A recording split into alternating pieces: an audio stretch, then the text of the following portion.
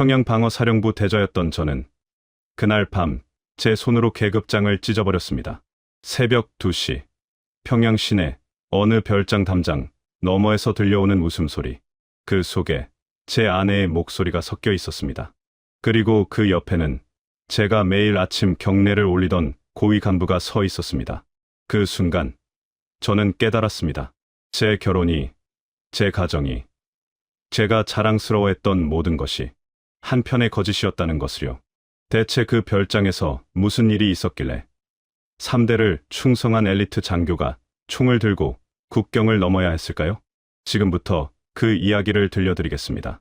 이 영상이 도움이 되셨다면 구독과 좋아요 부탁드립니다. 여러분의 관심이 더 많은 탈북민들의 진실된 이야기를 전할 수 있는 힘이 됩니다. 그 모든 것은 이렇게 시작되었습니다.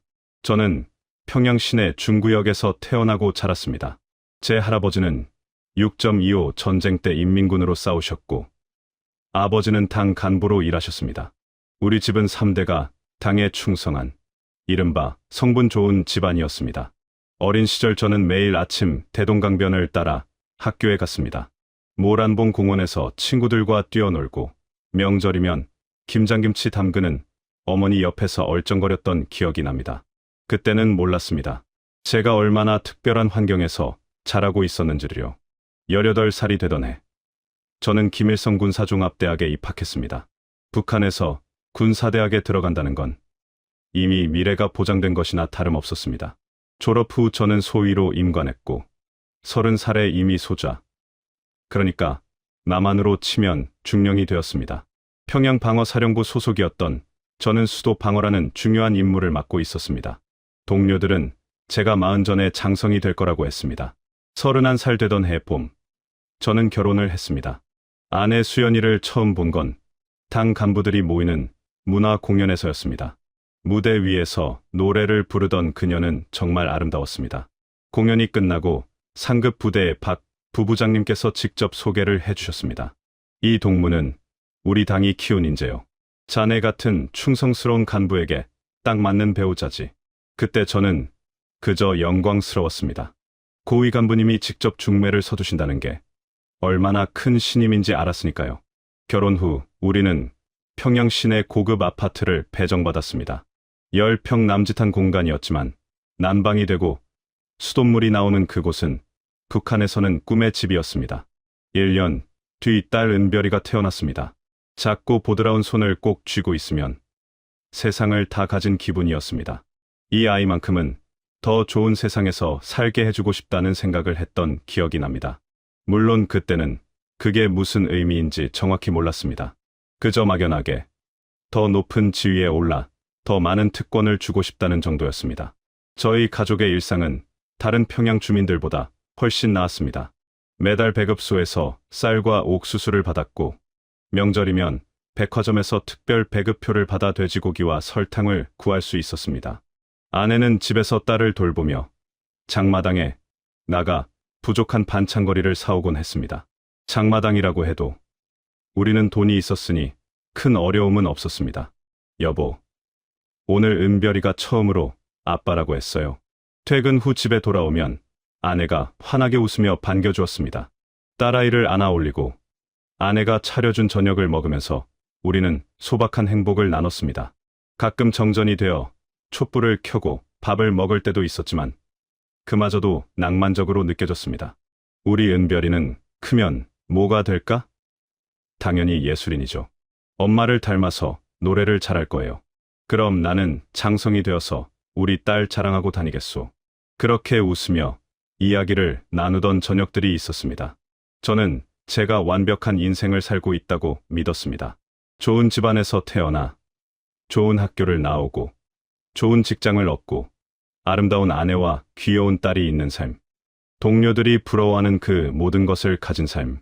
하지만 가끔, 아주 가끔씩 이상한 순간들이 있었습니다. 아내가 멍하니 창밖을 바라보며 눈물을 흘릴 때가 있었습니다. 왜 우는 거요? 라고 물으면 아무것도 아니에요. 그냥 고향 생각이 나서요 라고 대답했습니다. 함경북도 청진이 고향이라던 아내는 가끔 그렇게 고향을 그리워했습니다. 저는 그저 나중에 휴가 때 다녀오면 되지 않소라며 대수롭지 않게 넘겼습니다. 또 이상한 점은 아내에게는 친구가 없다는 것이었습니다. 평양에 온 지 벌써 몇 년이 지났는데도 아내는 동네 아주머니들과 어울리지 않았습니다. 장마당에 나가서도 혼자 볼일만 보고 바로 돌아왔습니다. 친구 좀 사귀지 그래요? 혼자 있으면 심심하잔 소라고 말하면 전 괜찮아요. 은별이랑 있으면 외롭지 않아요라고 했습니다. 당시 저는 그저 아내가 내성적인 성격이려니 생각했습니다. 그게 제 첫 번째 실수였습니다. 어느 날 저녁, 박 부부장님께서 우리 집에 오셨습니다. 고위 간부가 부하 집을 방문하는 건 흔한 일이 아니었습니다. 저는 황급히 아내에게 음식을 준비하라고 했고 최대한 예의를 갖춰 모셨습니다. 동무, 잘 지내고 있는가? 예. 부부장 동지님 덕분에 잘 지내고 있습니다. 마누라도 잘 있고? 박 부부장님이 아내를 바라보는 눈빛이 묘했습니다. 그냥 스쳐 지나가는 시선이 아니라 뭔가 더 깊은 의미가 담긴 눈빛이었습니다. 아내는 고개를 숙인 채 대답했습니다. 예. 잘 지내고 있습니다. 그래. 잘 있어야지.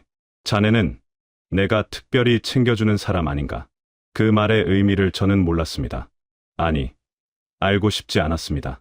박 부부장님이 돌아가신 후 아내는 화장실에 들어가 한참을 나오지 않았습니다. 나중에 보니 눈이 빨갛게 부어 있었습니다. 괜찮소? 어디 아픈 거요? 아니에요. 그냥 좀 피곤해서요. 저는 그날도 그렇게 넘어갔습니다. 그게 제 두 번째 실수였습니다. 그 후로 이상한 일들이 조금씩 늘어나기 시작했습니다. 박 부부장님의 방문 이후 제 삶은 조금씩 틀어지기 시작했습니다. 처음에는 사소한 변화들이었습니다. 아내가 밤늦게까지 잠을 이루지 못하고 뒤척이는 일이 잦아졌습니다. 새벽에 일어나 화장실에서 울음소리가 들릴 때도 있었습니다. 왜 그러는 거요? 어디 아픈 거요? 라고 물으면 아내는 고개를 저으며 아무것도 아니에요. 그냥 악몽을 꿔서요 라고 했습니다. 그러던 어느 날 저녁 집에 전화가 왔습니다. 아내가 전화를 받더니 얼굴이 하얗게 질렸습니다. 예, 알겠습니다. 지금 바로 나가겠습니다. 전화를 끊은 아내는 서둘러 옷을 갈아입기 시작했습니다. 평소에 입지 않던 화려한 옷이었습니다. 어디 가는 거요? 이 밤에? 부부장님께서 급한 일이 있다고 하셔서요. 문화공연 관련 회의래요. 이 시간에 무슨 회의요? 내가 대신 가겠소. 아니에요. 저를 부르셨어요. 금방 다녀올게요. 아내는 제 눈을 똑바로 쳐다보지 못했습니다. 손이 떨리고 있었습니다. 현관문이 닫히는 소리가 유난히 크게 들렸습니다. 그날 밤 아내는 새벽 3시가 되어서야 돌아왔습니다. 머리는 흐트러져 있었고 눈은 퉁퉁 부어 있었습니다. 이렇게 늦게까지 무슨 회의를 했소? 긴 회의였어요. 그날 이후로 이런 일이 자주 반복되었습니다. 일주일에 한두 번씩 밤늦게 전화가 오면 아내는 황급히 나가야 했습니다. 돌아올 때면 늘 지쳐 있었고 제 눈을 피했습니다. 저는 점점 이상하다는 생각이 들었지만 차마 의심하고 싶지 않았습니다. 박 부부장님은 저의 상관이었고 저희 부부의 은인이었습니다. 설마 그분이... 하지만 의심은 점점 커져만 갔습니다. 어느 날 저는 부대에서 박 부부장님을 뵙게 되었습니다. 평소처럼 경례를 올렸는데 부부장님이 웃으며 말씀하셨습니다. 김 대좌, 자네 마누라 잘 있나? 예, 덕분에 잘 있습니다. 그래, 좋은 마누라를 얻었어. 내가 자네한테 준 선물이지. 잘 아껴야 해. 내가 자네한테 준 선물이라는 말이 가슴에 비수처럼 꽂혔습니다. 선물.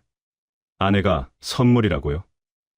저는 그 말의 의미를 생각하고 싶지 않았습니다. 하지만 그날 밤 잠을 이룰 수가 없었습니다. 며칠 뒤 또 전화가 왔습니다. 이번에는 제가 먼저 물었습니다. 수연이, 정말 회의인 거요? 이 밤에 무슨 회의가 그렇게 자주 있소? 대체 어디 가는 거요?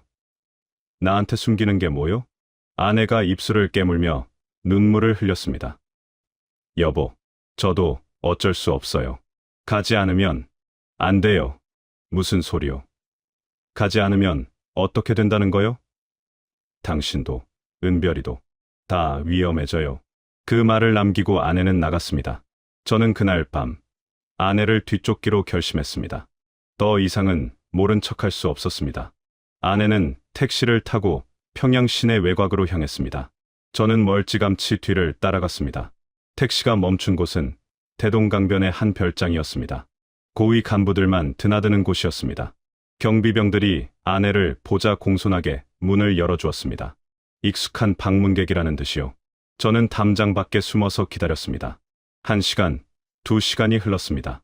새벽 2시가 되어서야 별장 안에서 소리가 들렸습니다. 웃음소리, 술 마시는 소리, 그리고 아내의 목소리였습니다.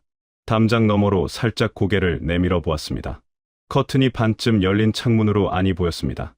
박 부부장님이 술잔을 들고 있었고 그 옆에 제 아내가 서 있었습니다. 아내는 웃고 있었지만 그 웃음은 진짜 웃음이 아니었습니다.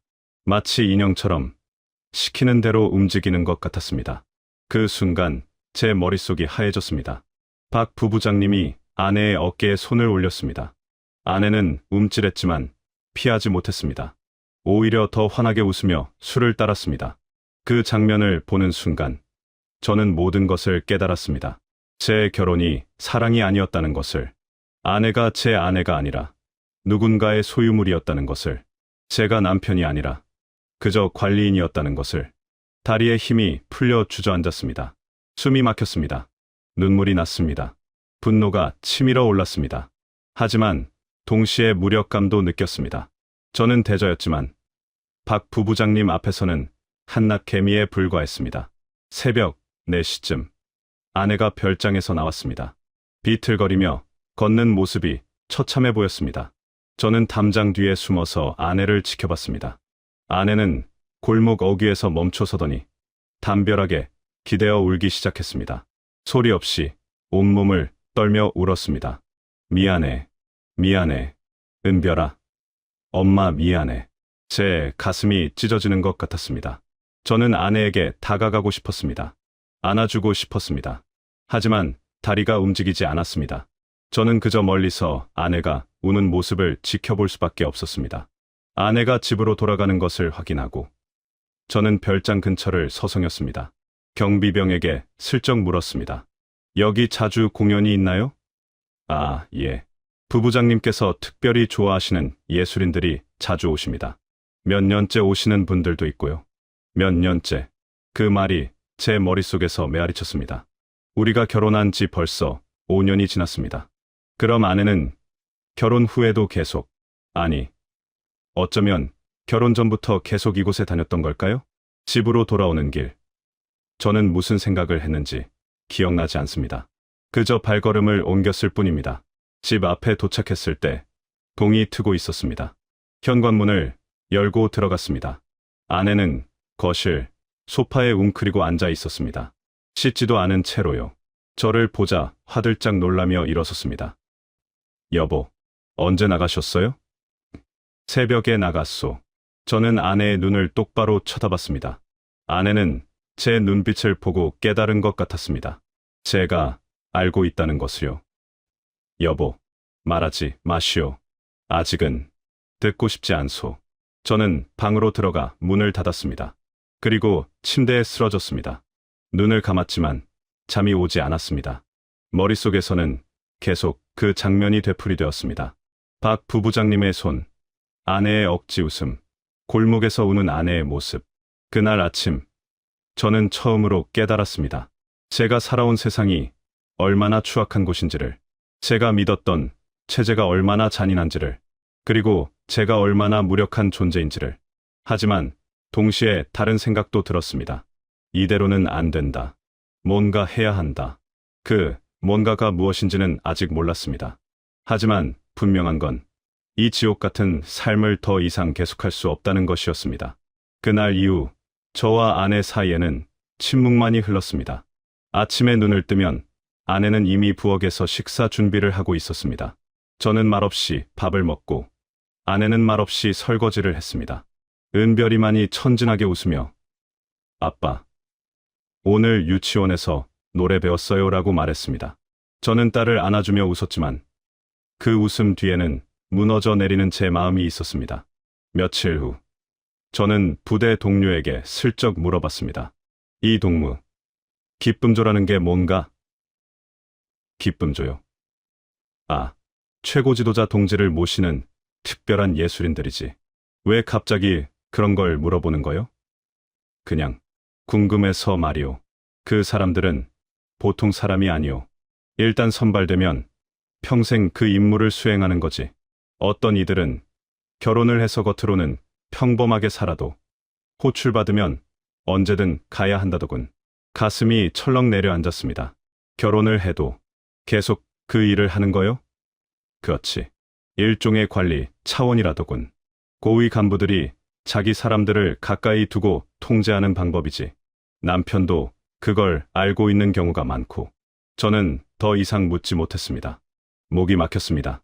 그날 밤, 저는 아내에게 물었습니다. 더 이상 참을 수가 없었습니다. 수연이, 당신은 기쁨조였소? 아내의 얼굴이 하얗게 질렸습니다. 들고 있던 물컵이 바닥에 떨어져 깨졌습니다. 아내는 그 자리에 주저앉으며 울기 시작했습니다. 미안해요. 미안해요. 대답하시오. 당신은 기쁨조였소? 예. 그 한마디에 제 세상이 무너져 내렸습니다. 언제부터요? 16살 때 청진에서 평양으로 선발되었어요. 그때부터 2010년까지 5년 동안. 그럼 우리가 결혼한 건? 박 부부장님이 정해준 거예요. 제가 나이가 들어서 더 이상 그쪽 일을 할 수 없게 되니까 관리하기 쉽게 당신한테 맡긴 거예요. 맡긴 거예요. 그 말이 제 가슴을 도려냈습니다. 저는 남편이 아니라 관리인이었습니다. 아내는 사랑하는 사람이 아니라 맡겨진 물건이었습니다. 그럼 은별이는? 우리 딸은? 은별이는 진짜예요. 당신의 딸이 맞아요. 제가 유일하게 진심으로 원했던 건 은별이뿐이었어요. 아내가 떨리는 손으로 제 손을 잡으려 했지만 저는 뿌리쳤습니다. 왜 말하지 않았소? 결혼할 때 왜 말하지 않았소? 말할 수 없었어요. 말하면 저도, 당신도, 우리 가족 모두 죽어요. 제 부모님도 청진에서 수용소로 끌려갈 거예요. 그래도 말했어야지. 미안해요. 저도 행복하고 싶었어요. 그냥 평범한 아내로, 평범한 엄마로 살고 싶었어요. 그게 제 꿈이었어요. 아내는 바닥에 엎드려 울었습니다. 5년 동안 참았던 모든 눈물을 쏟아내는 것 같았습니다. 저는 아무 말도 할 수 없었습니다. 분노도, 배신감도 느껴졌지만 동시에 아내가 너무 불쌍했습니다. 16살, 꽃다운 나이에 평양으로 끌려와 그런 삶을 살아야 했던 아내가, 그리고 결혼 후에도 계속 그 지옥 같은 삶을 살아야 했던 아내가 지금도 가고 있소? 예, 한 달에 2~3번 부부장님이 부르면 가야 해요. 가지 않으면 당신이 위험해져요. 당신 경력에도 문제가 생기고 내 경력 따위가 뭐가 중요하오. 하지만 당신이 숙청당하면 은별이는 어떻게 해요? 당신이 반역자가 되면 은별이도 성분이 나빠져요. 그럼 우리 딸은 평생 사람 취급도 못 받아요. 아내의 말이 맞았습니다. 북한에서 성분이 나쁘다는 건 살아도 산 게 아니라는 뜻이었습니다.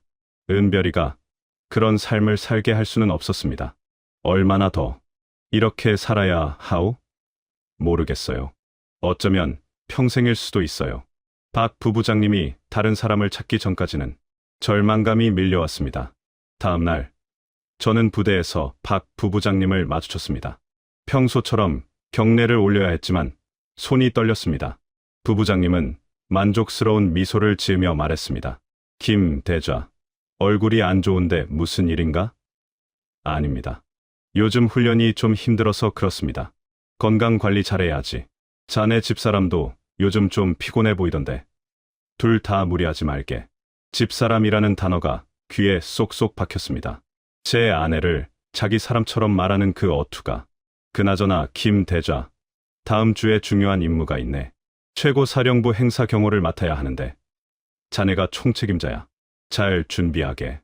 예, 명심하겠습니다. 경례를 올리고 돌아서는데 뒤에서 부부장님의 목소리가 들렸습니다. 아, 그리고 김대좌, 자네 마누라한테서 부탁 하나 들었는데. 은별이 유치원 문제 말이야. 내가 한번 알아볼 테니 걱정 말게. 제 발걸음이 멈췄습니다. 아내가 부부장님에게 딸 문제를 부탁했다고? 언제? 어디서? 저는 고개를 돌려 부부장님을 봤습니다. 그는 의미심장한 미소를 짓고 있었습니다. 그 순간 깨달았습니다. 이건 경고였습니다. 너희 딸의 미래도 내 손에 달려 있다는 경고. 집에 돌아와 아내에게 물었습니다. 박 부부장한테 은별이 얘기를 했소? 미안해요. 은별이 유치원에서 선생님이 평양 시내 좋은 유치원으로 옮기면 어떻겠냐고 해서 그냥 상의를 드린 거예요. 상해, 당신이 그 사람한테 뭘 상의해요? 목소리가 커졌습니다. 방에서 자던 은별이가 깼습니다. 아빠, 왜 싸워요? 딸의 울먹이는 목소리를 듣는 순간 정신이 번쩍 들었습니다. 저는 딸을 안아 올리며 말했습니다. 아니야, 은별아. 아빠가 그냥 목소리가 좀 커졌어. 미안해. 엄마 울어요? 아니야. 엄마는 안 울어. 자, 우리 다시 자자. 딸을 재운 후 저는 베란다로 나갔습니다. 밤하늘에는 별이 하나도 보이지 않았습니다. 평양에는 늘 어둠만 가득했습니다. 그날 밤 저는 결심했습니다. 여기서 나가야 한다고. 이 지옥 같은 곳에서 아내와 딸을 구해내야 한다고. 어떻게든 무슨 수를 써서라도. 하지만 방법을 몰랐습니다. 대좌라는 계급도 평양 방어사령부라는 직책도 아무 소용이 없었습니다. 저는 그저 체제에 갇힌 한 마리 벌레에 불과했습니다. 그렇게 한 달이 더 흘렀습니다. 아내는 여전히 밤늦게 호출을 받았고 저는 여전히 그걸 지켜볼 수밖에 없었습니다. 출근해서는 박 부부장님에게 경례를 올려야 했고 퇴근 후에는 딸에게 웃어 보여야 했습니다. 그러던 어느 날 밤 아내가 유서를 남겼습니다. 그날 밤 저는 평소보다 일찍 집에 돌아왔습니다. 부대에서 훈련이 일찍 끝났기 때문이었습니다. 현관문을 열고 들어갔을 때 집은 너무 조용했습니다. 수연이, 은별이? 대답이 없었습니다. 은별이는 유치원에서 아직 돌아오지 않았나 싶었지만 현관에 딸의 신발이 놓여 있었습니다. 이상했습니다. 은별아? 어디 있니? 딸방 문을 열었습니다. 은별이는 침대에서 자고 있었습니다. 평소 같으면 이 시간에 잠들 리 없는데 깊은 잠에 빠져 있었습니다. 가까이 다가가 보니 딸의 숨소리가 너무 깊고 고르게 들렸습니다. 마치 수면제라도 먹은 것처럼 가슴이 철렁했습니다. 수연이, 저는 침실로 뛰어갔습니다.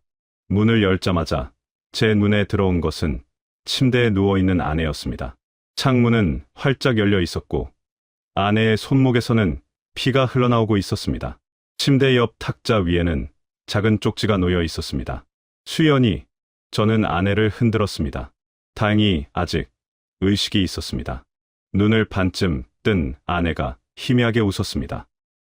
여보, 미안해요. 말하지 마시오. 지금 병원 가야 하오. 저는 황급히 수건으로 아내의 손목을 동여맸습니다. 하지만 병원에 갈 수 없다는 걸 알았습니다. 군 간부의 아내가 자살 시도를 했다는 게 알려지면 제 경력은 끝장입니다. 아니, 경력 따위는 상관없었습니다. 하지만 그렇게 되면 은별이가 위험했습니다.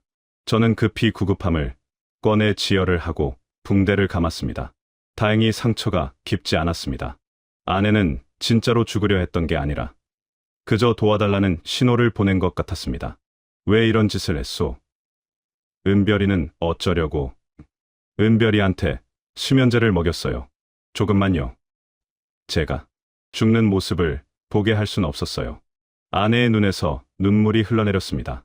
더 이상은 못 살겠어요. 여보, 저는 인간이 아니에요. 그냥 장난감이에요. 그들의 장난감. 당신도 그걸 알잖아요. 이렇게 사느니 차라리 죽는 게 나아요. 저는 탁자 위에 쪽지를 집어들었습니다. 떨리는 손으로 펼쳐 읽었습니다. 여보, 그리고 은별아, 엄마가 미안해. 엄마는 나쁜 사람이야.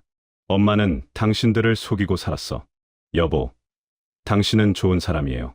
은별이를 잘 키워주세요. 은별아, 엄마를 용서해줘. 엄마는 너를 너무 사랑해. 하지만 엄마는 더 이상 이렇게 살 수 없어.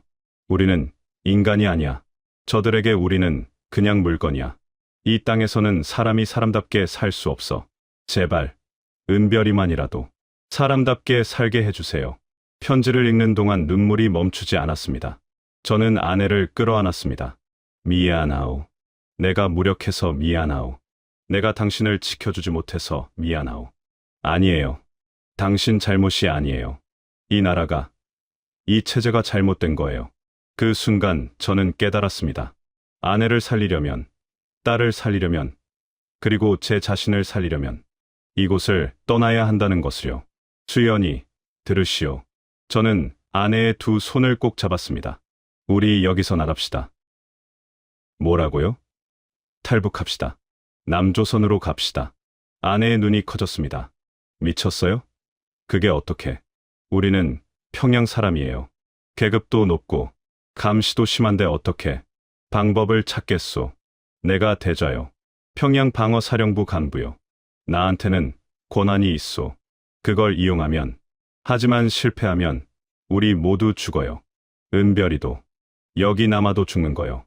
차이가 있다면 여기서는 천천히 죽고 탈북하다 들키면 빨리 죽는 거요. 나는 차라리 빨리 죽는 게 낫소. 아내는 한참을 저를 바라보더니 천천히 고개를 끄덕였습니다. 은별이만 살릴 수 있다면 저는 뭐든 하겠어요. 그날 밤부터 저는 계획을 세우기 시작했습니다. 먼저 탈북 경로를 파악해야 했습니다. 저는 부대에서 국경 경비 자료를 몰래 복사했습니다. 대저라는 계급을 이용하면 이런 자료에 접근하는 게 어렵지 않았습니다. 두만강, 압록강의 경비 상황, 감시 초소의 위치, 교대 시간까지 모두 파악했습니다. 다음은 돈이었습니다. 중국에 넘어가서도 살아남으려면, 그리고 남한까지 가려면 많은 돈이 필요했습니다. 저는 몰래 집에 있던 귀중품들을 장마당에 내다 팔기 시작했습니다. 아내의 금반지, 제가 받았던 훈장들, 심지어 아버지가 물려주신 시계까지. 이걸 팔면 어떻게 해요? 괜찮소. 새 세상에 가면 다 새로 사면 돼요. 석 달 동안 모은 돈이 미화로 5,000달러 정도 되었습니다. 북한 돈으로는 엄청난 금액이었지만 탈북 브로커들에게는 터무니없이 적은 돈이었습니다. 그러던 중 기회가 왔습니다. 부대에서 국경 지역 시찰 명령이 떨어진 것입니다. 평양 방어사령부 간부들이 함경북도 국경 부대를 점검하러 가는 임무였습니다. 저도 그 명단에 포함되어 있었습니다. 이거요. 이게 기회요. 저는 아내에게 말했습니다. 나는 공식 임무로 국경까지 갈 수 있소. 당신과 은별이는 내가 미리 사람을 시켜서 국경 근처까지 데려다 놓겠소. 하지만 우리가 평양을 떠나면 바로 의심받을 거예요. 여행 증명서를 위조하겠소.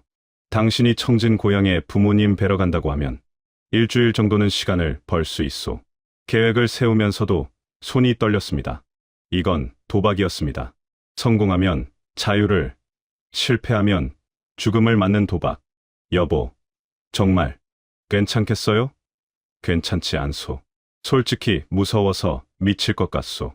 하지만 더 무서운 건 이대로 사는 거요. 은별이가 커서 엄마처럼 그런 삶을 사는 게 더 무섭소. 아내가 제 손을 꼭 잡았습니다. 여보, 고마워요.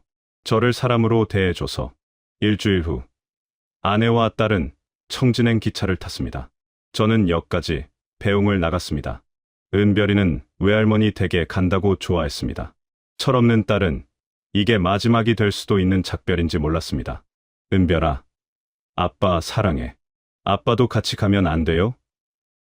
아빠는 일이 있어서 나중에 갈게. 엄마 말 잘 듣고. 기차가 떠나는 것을 보며 저는 주먹을 꽉 쥐었습니다. 반드시 살아서 만나자. 반드시.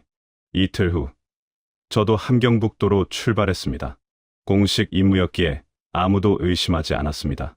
박 부부장님도 저를 보며 말했습니다. 김 대좌, 시찰 잘 다녀오게. 국경 경비 상태 제대로 점검하고. 예, 명심하겠습니다. 경례를 올리며 생각했습니다. 이게 마지막 경례입니다. 부부장 동지.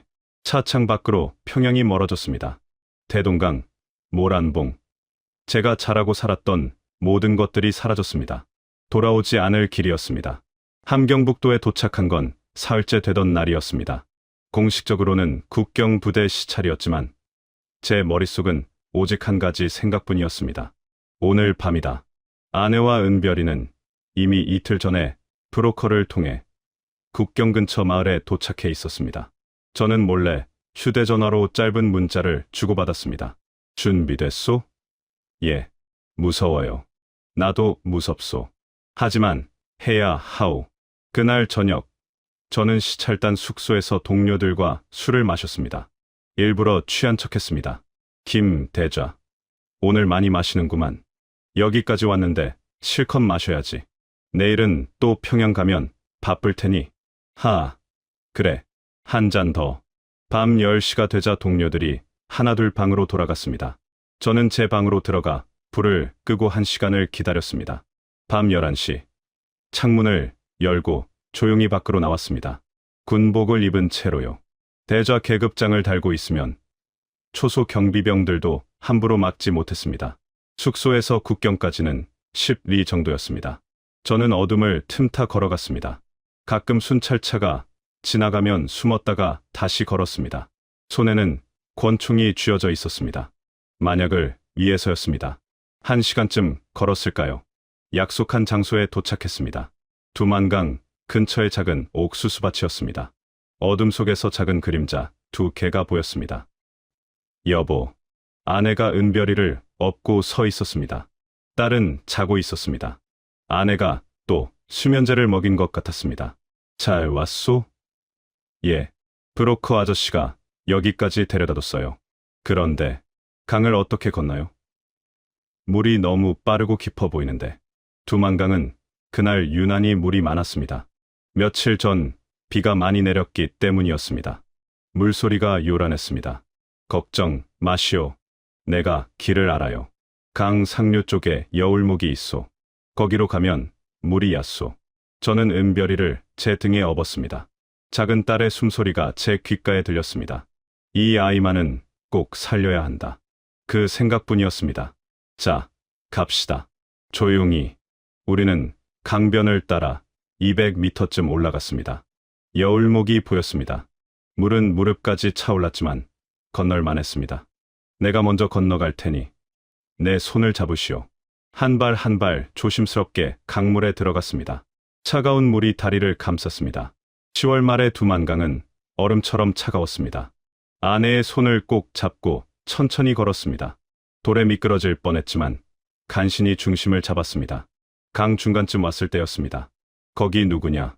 북한 쪽 강변에서 손전등 불빛이 번쩍였습니다. 경비병이었습니다. 시발, 들켰소. 저는 아내의 손을 더 세게 잡아당겼습니다. 뛰시오, 빨리. 우리는 강물을 헤치며 뛰기 시작했습니다. 뒤에서 호루라기 소리가 요란하게 울렸습니다. 정지. 정지하지 않으면 쏜다. 총성이 울렸습니다. 물보라가 튀었습니다.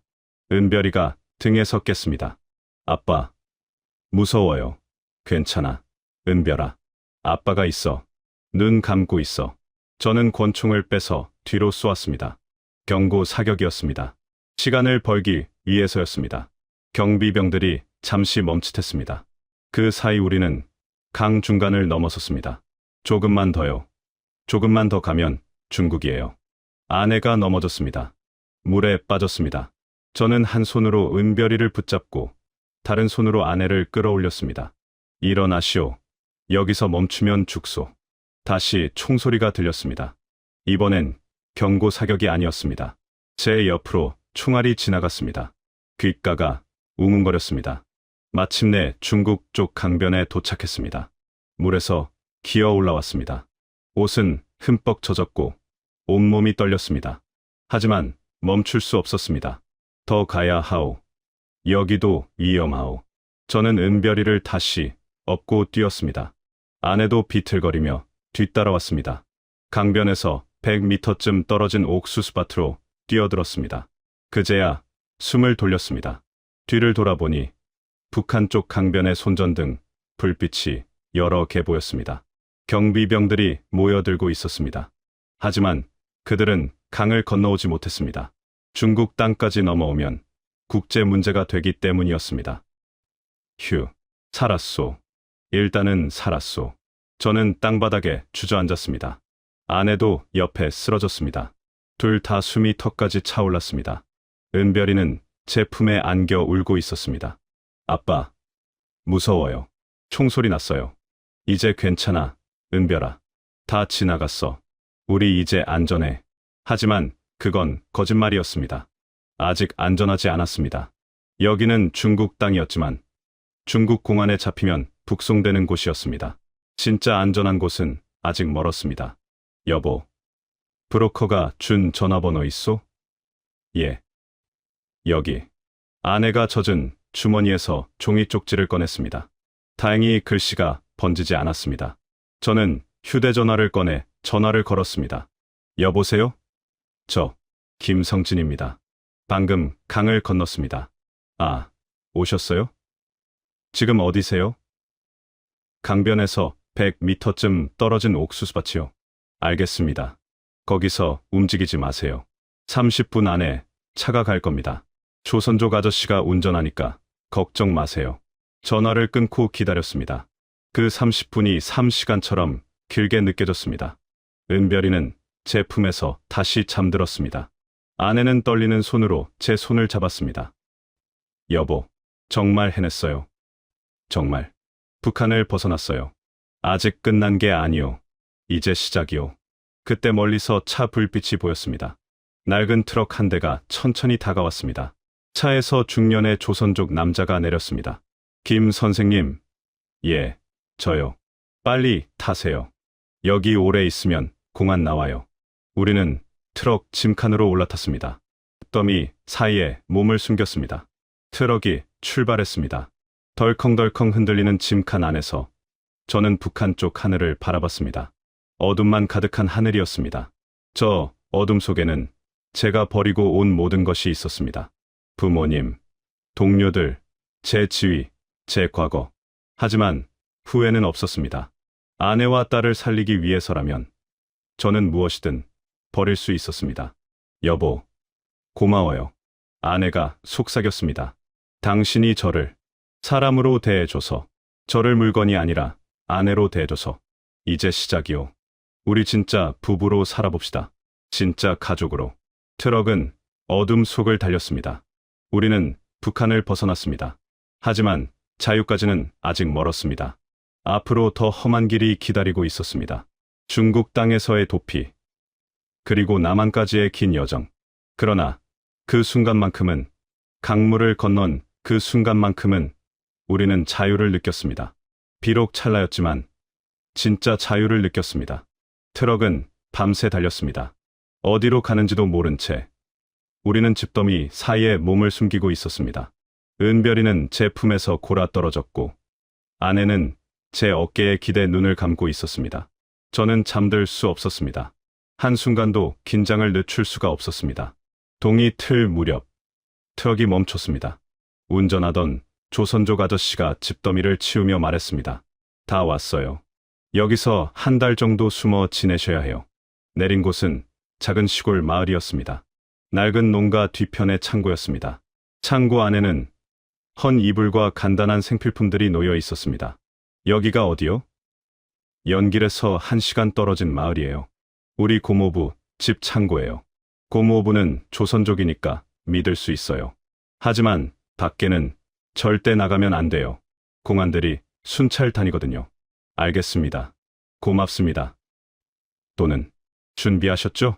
저는 주머니에서 젖은 돈 뭉치를 꺼냈습니다. 미화 3,000달러였습니다. 원래 5,000달러를 준비했는데 2,000달러는 이미 북한에서 브로커에게 줬습니다. 여기 3,000달러 있습니다. 한국까지 가려면 최소 10,000달러는 있어야 하는데 그게 전부입니다. 더는 없습니다. 아저씨가 난처한 표정을 지었습니다. 일단 여기서 한 달 있으면서 돈을 더 마련해 보세요. 제가 일자리를 알아볼게요. 그리고 한국 대사관이나 영사관에 연락하는 방법도 있긴 한데 그건 위험해요.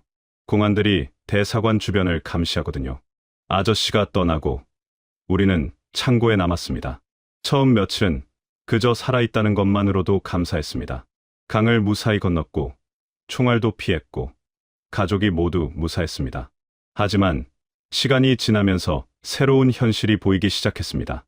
우리는 자유로운 게 아니었습니다. 그저 더 큰 감옥에 갇힌 것뿐이었습니다. 창고는 좁고 어두웠습니다. 햇빛도 잘 들지 않았습니다. 화장실은 밖에 있었지만 낮에는 나갈 수가 없었습니다. 밤에만 몰래 다녀와야 했습니다. 먹을 것은 조선족 고모부가 하루에 한 번씩 가져다 뒀습니다. 밥과 김치, 가끔 계란이 전부였습니다.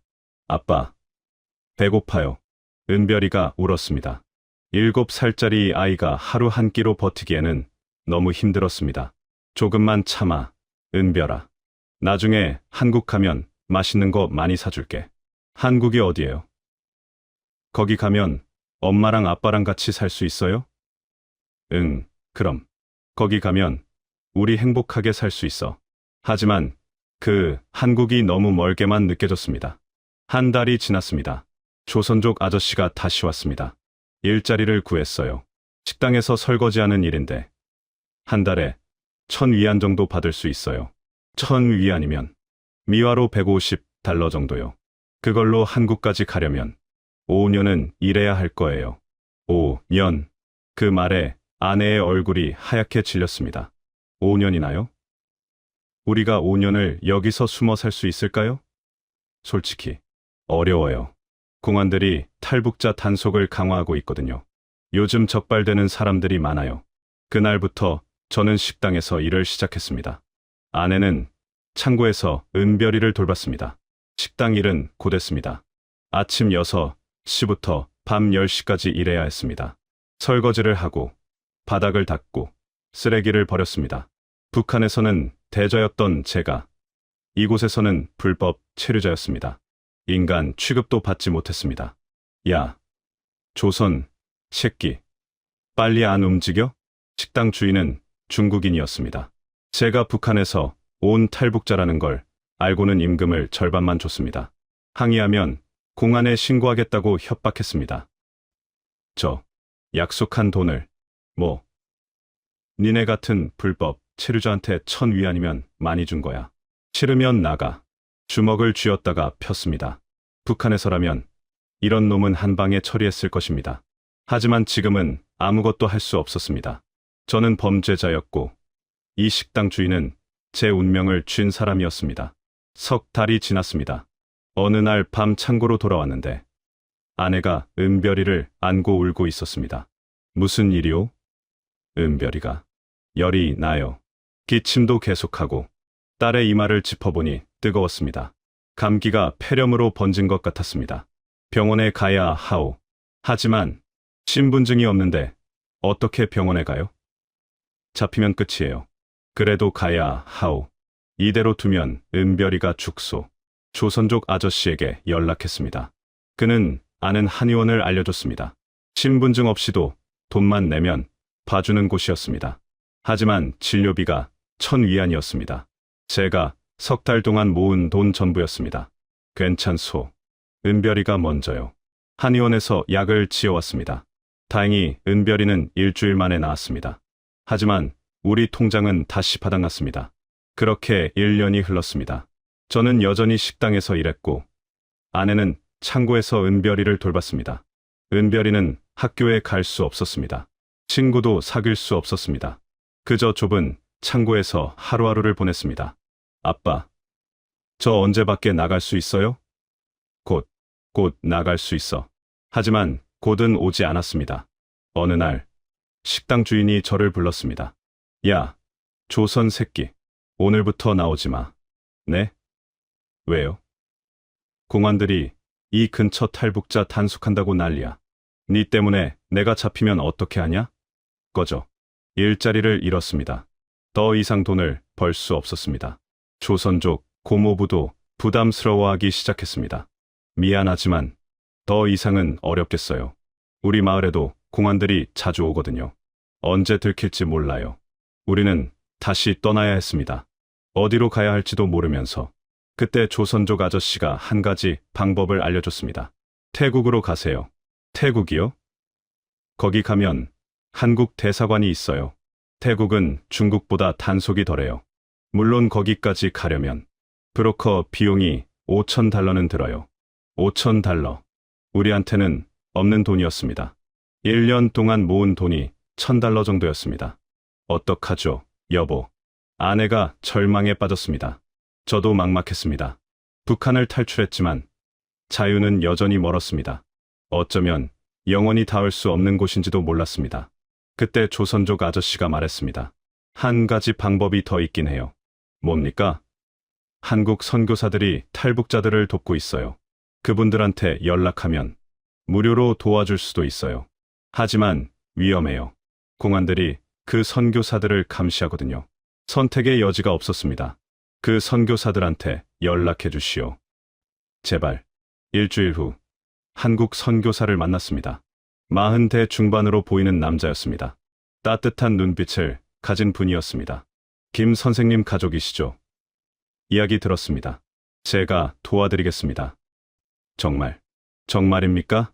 물론입니다. 같은 민족 아닙니까? 하나님께서 여러분을 이끄신 거예요. 그날 처음으로 희망을 느꼈습니다. 중국 땅에서 1년 넘게 숨어 살면서 처음으로 진짜 희망을 느꼈습니다. 감사합니다. 정말 감사합니다. 눈물이 났습니다. 북한을 떠난 후로 처음 흘리는 감사의 눈물이었습니다. 선교사님의 도움으로 우리의 한국행이 시작되었습니다. 이틀 후에 출발합니다. 짐은 최소한만 챙기세요. 여권도, 신분증도 없지만 걱정 마세요. 제가 길을 잘 알고 있습니다. 선교사님은 이미 수백 명의 탈북자들을 한국으로 보낸 분이었습니다. 중국 공안에게 잡혀서 추방당한 적도 있고 감옥에 갇힌 적도 있었습니다. 그럼에도 다시 돌아와서 탈북자들을 돕고 계셨습니다. 왜 이런 위험한 일을 하시는 겁니까? 같은 민족이니까요. 그리고 하나님께서 저를 이 일을 위해 부르셨으니까요. 출발 전날 밤, 저는 아내와 딸을 안았습니다. 이제 진짜 마지막이요. 이번에는 반드시 한국에 가야 하오. 무서워요. 여보, 또 실패하면 실패하지 않을 거요. 선교사님을 믿읍시다. 출발 당일, 우리는 새벽 4시에 트럭을 탔습니다. 이번에도 짐칸에 숨어서 갔습니다. 하지만 이번에는 혼자가 아니었습니다. 다른 탈북자 가족 2팀이 더 있었습니다. 모두 합쳐서 10명이었습니다. 여러분, 앞으로 한 달 정도 험한 길을 가게 됩니다. 중국에서 라오스를 거쳐 태국으로 갑니다. 검문소를 여러 번 통과해야 하고 산길을 걸어야 할 때도 있습니다. 힘들겠지만 끝까지 포기하지 마세요. 선교사님의 말씀이 끝나고 트럭이 출발했습니다. 사흘 동안 트럭을 타고 갔습니다. 중국 남부의 윈난성까지 내려갔습니다. 검문소를 통과할 때마다 심장이 터질 것 같았습니다. 짐칸 안에서 숨도 크게 쉬지 못한 채 기도만 했습니다. 제발 무사히. 윈난성에서 우리는 트럭에서 내렸습니다. 이제부터는 걸어야 했습니다. 여기서부터 라오스까지는 산길로 가야 합니다. 어린이들도 걸을 수 있나요? 은별아, 엄마 손 꼭 잡고 가야 해. 알았지? 네, 엄마. 산길은 험했습니다. 가파른 비탈길을 올라가고 개울을 건너고 가시덤불을 헤쳐야 했습니다. 은별이는 처음에는 씩씩하게 걸었지만 이틀째부터는 힘들어했습니다. 아빠, 다리 아파요. 조금만 더 가자. 은별아, 아빠가 업어줄게. 7살짜리 딸을 업고 산길을 걷는 것은 쉽지 않았습니다. 하지만 멈출 수 없었습니다. 뒤처지면 안 되었습니다. 사흘을 걸어서 라오스 국경에 도착했습니다. 브로커가 국경 경비대에게 돈을 주고 우리를 몰래 넘겨줬습니다. 라오스에서는 버스를 탔습니다. 이번에는 짐칸이 아니라 일반 좌석에 앉을 수 있었습니다. 처음으로 사람 대접을 받는 기분이었습니다. 여보, 우리 정말 한국에 갈 수 있을까요? 물론요. 이미 반은 왔소. 하지만 그날 밤 위기가 찾아왔습니다. 라오스 경찰이 버스 검문을 했습니다. 여권을 검사한다는 것이었습니다. 여권 내세요. 우리에게는 여권이 없었습니다. 선교사님이 급히 경찰관과 협상을 했습니다. 돈을 더 주겠다고, 그냥 눈 감아 달라고. 하지만 그날따라 경찰관이 융통성이 없었습니다. 안 됩니다. 여권 없으면 하차하세요. 경찰서 가야 합니다. 우리 10명이 버스에서 끌려 내렸습니다. 은별이가 울기 시작했습니다. 아빠, 우리 잡혀가요? 아니야, 은별아. 괜찮아. 하지만 괜찮지 않았습니다. 경찰서로 끌려가면 추방됩니다. 중국으로 송환됩니다. 그럼 끝입니다. 선교사님이 경찰서장과 협상을 했습니다. 1시간, 2시간. 마침내 합의가 이루어졌습니다. 1인당 200달러씩 내면 보내준다는 것이었습니다. 여러분, 돈을 모아야 합니다. 2000달러요. 다행히 선교사님이 준비해 온 비상금이 있었습니다. 우리는 풀려났습니다. 다시 버스를 타고 이틀을 더 갔습니다. 마침내 태국 국경에 도착했습니다. 여러분, 이제 태국입니다. 조금만 더 힘내세요. 태국에서는 방콕까지 기차를 탔습니다. 처음으로 제대로 된 교통수단을 이용하는 기분이었습니다. 은별이는 기차 창밖 풍경을 보며 신기해했습니다. 아빠, 저기 큰 건물들이 많아요. 응, 은별아. 저런 게 다 도시야. 한국도 저렇게 생겼어요? 훨씬 더 크고 멋있단다. 방콕에 도착한 후 우리는 이민국 수용소로 갔습니다. 불법 입국자로 신고를 하는 것이었습니다. 그래야만 한국 영사관에 연락할 수 있었습니다. 여기서 한 달 정도 기다려야 합니다. 한국 영사관에서 신원 확인을 하고 서류를 준비하는 시간이 필요합니다. 이민국 수용소는 감옥 같았습니다. 좁은 방에 여러 가족이 함께 지내야 했습니다. 화장실도 공동이고 음식도 형편없었습니다. 하지만 여기는 중국과 달랐습니다. 적어도 추방당할 위험은 없었습니다. 여보, 조금만 더 참아요. 곧 한국 가요. 네, 이제 진짜 가까워진 것 같아요. 한 달이 지났습니다. 어느 날 수용소 직원이 우리를 불렀습니다. 김성진 씨 가족? 대한민국 영사관에서 연락 왔습니다. 내일 영사관으로 가세요. 그 말을 듣는 순간 눈물이 났습니다. 여보, 드디어요. 드디어. 아내도 울었고 은별이도 따라서 울었습니다. 기쁨의 눈물이었습니다. 다음 날 우리는 대한민국 영사관으로 갔습니다. 태극기가 펄럭이는 건물이었습니다. 저는 그 태극기를 보며 멈춰섰습니다. 저게 우리나라 국기요. 태극기. 북한에서는 증오하라고 배운 그 깃발. 하지만 지금 제 눈에는 세상에서 가장 아름다운 깃발로 보였습니다. 영사관 안으로 들어갔습니다. 영사님이 우리를 반갑게 맞아주었습니다. 김성진 씨 가족이시죠? 어서 오세요. 고생 많으셨습니다. 어서 오세요. 그 말 한마디에 가슴이 뜨거워졌습니다. 누군가가 우리를 환영해 준다는 것. 누군가가 우리를 기다리고 있었다는 것. 신원 확인과 서류 작업에 일주일 정도 걸립니다. 그 후에 한국행 비행기를 예약해 드리겠습니다. 정말 한국에 갈 수 있는 겁니까? 물론입니다. 여러분은 대한민국 국민입니다. 대한민국 국민. 그 말이 꿈처럼 들렸습니다. 일주일 후 우리는 인천행 비행기 표를 받았습니다. 이제 정말 끝난 거요? 아니요. 이제 시작이요. 진짜 삶이 이제 시작되는 거요. 비행기를 타기 전날 밤 저는 은별이를 안고 말했습니다. 은별아, 내일 우리 한국에 가. 한국이 어떤 곳이에요, 아빠? 좋은 곳이야. 은별이가 학교도 갈 수 있고 친구들도 만날 수 있고 맛있는 것도 많이 먹을 수 있는 곳이야. 진짜요? 그럼 엄마랑 아빠도 행복해져요? 응. 우리 모두 행복해질 거야. 그날 밤 오랜만에 평화로운 잠을 잤습니다. 이제 정말로 자유를 향한 마지막 문이 열리고 있었습니다. 2019년 3월 15일 인천국제공항에 발을 디딘 날을 저는 평생 잊지 못할 것입니다. 비행기에서 내려 입국장으로 걸어가는데 다리가 후들거렸습니다. 북한을 떠난 지 1년 반 만이었습니다. 중국에서 1년, 태국까지 가는데 석 달, 태국에서 한 달. 그 긴 시간이 파노라마처럼 스쳐 지나갔습니다. 여보, 우리 정말 한국이에요? 그래요. 이제 정말 자유예요. 은별이가 제 손을 꼭 잡고 물었습니다. 아빠, 여기가 한국이에요? 응, 은별아. 이제 우리 여기서 살 거야. 입국장을 나오니 통일부 직원분들이 기다리고 있었습니다.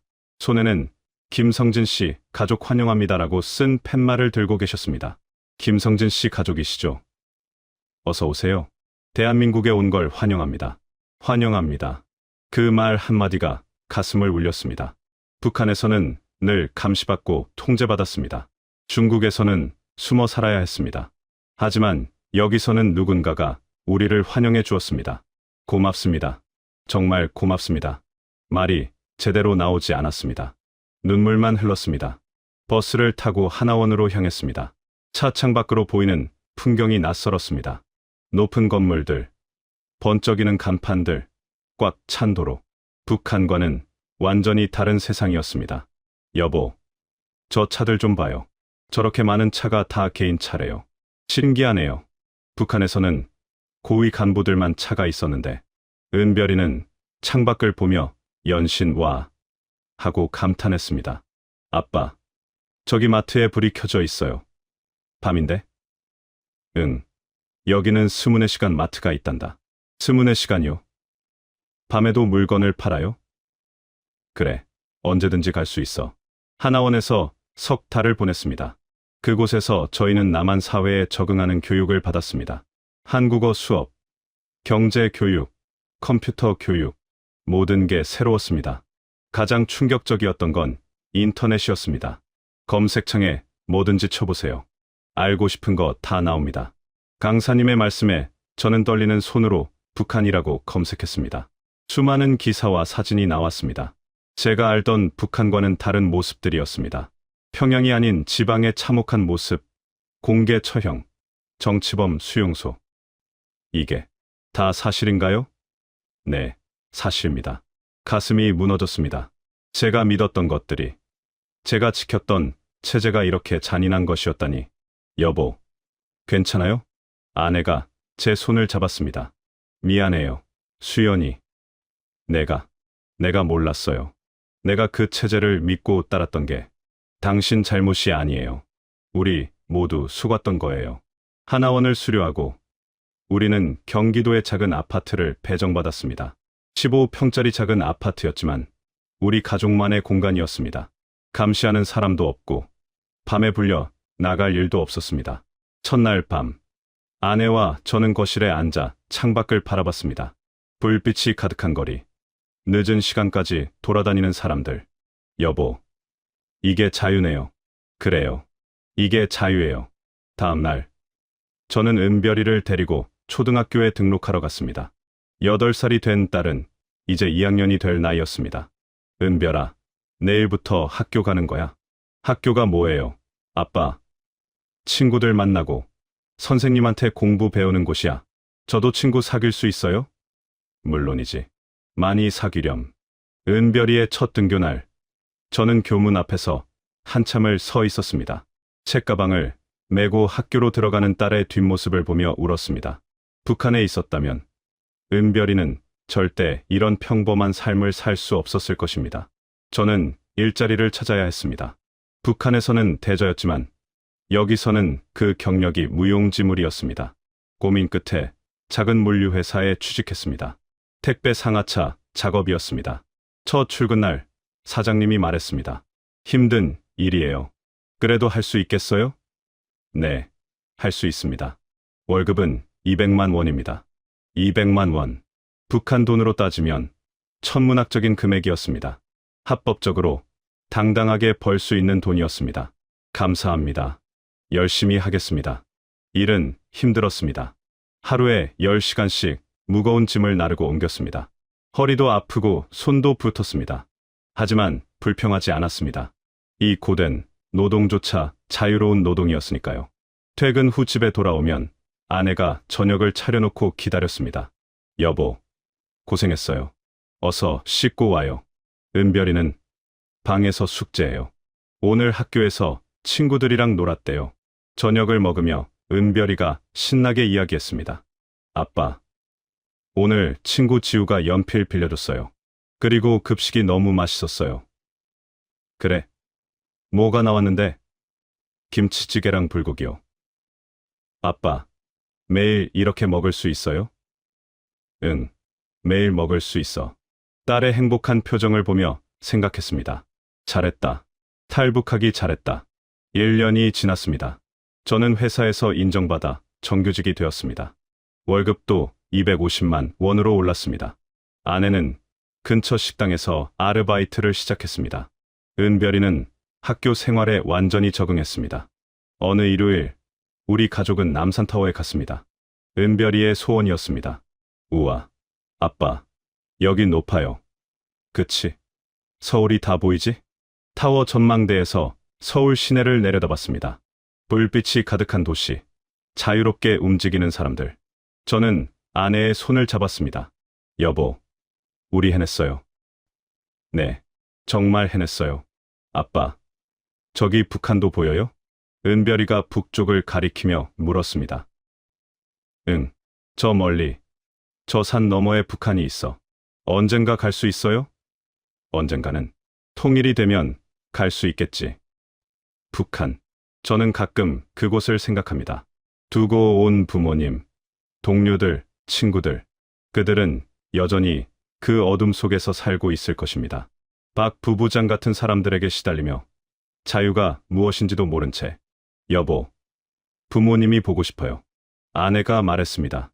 아내의 부모님도 청진에 계십니다. 연락조차 할 수 없습니다. 나도 보고 싶소. 언젠가 통일이 되면 다 같이 만날 수 있을 거요. 제 세대에는 통일을 볼 수 있을까요? 모르겠소. 하지만 희망을 가져야지요. 우리 은별이 세대에는 꼭 통일이 되기를. 지금 저는 대한민국 국민입니다. 평범한 회사원이고, 평범한 남편이고, 평범한 아버지입니다. 북한에서는 대저였지만, 여기서는 그냥 택배 상하차 직원입니다. 하지만 저는 행복합니다. 평양의 대저로 사는 것보다 서울의 평범한 노동자로 사는 게 1000배는 더 행복합니다. 아내는 더 이상 밤마다 불려나가지 않습니다. 은별이는 자유롭게 학교에 다니며 꿈을 키웁니다. 아빠, 저 나중에 의사가 될래요. 아픈 사람들 치료해주는 의사요. 그래, 은별아, 넌 뭐든 될 수 있어. 여기는 자유로운 나라니까. 자유. 그것은 아무도 나를 감시하지 않는다는 것. 내가 원하는 것을 말할 수 있다는 것. 내 가족을 지킬 수 있다는 것. 인간답게 살 수 있다는 것. 이 이야기를 듣는 여러분께 말씀드리고 싶습니다. 자유는 공짜가 아닙니다. 누군가는 목숨을 걸고 얻어야 하는 것입니다. 하지만 그만큼 소중한 것입니다. 제발 자유를 당연하게 여기지 마십시오. 그리고 아직도 북한에서 고통받는 우리 동포들을 잊지 마십시오. 언젠가 제가 살아있는 동안에 통일이 되어 제가 북한에 남겨두고 온 모든 분들을 만날 수 있기를 간절히 바랍니다. 그때는 계급장도, 감시도, 두려움도 없이 그저 같은 민족으로, 같은 인간으로 만날 수 있기를 바랍니다. 자유 대한민국에서 사는 오늘도 저는 감사합니다.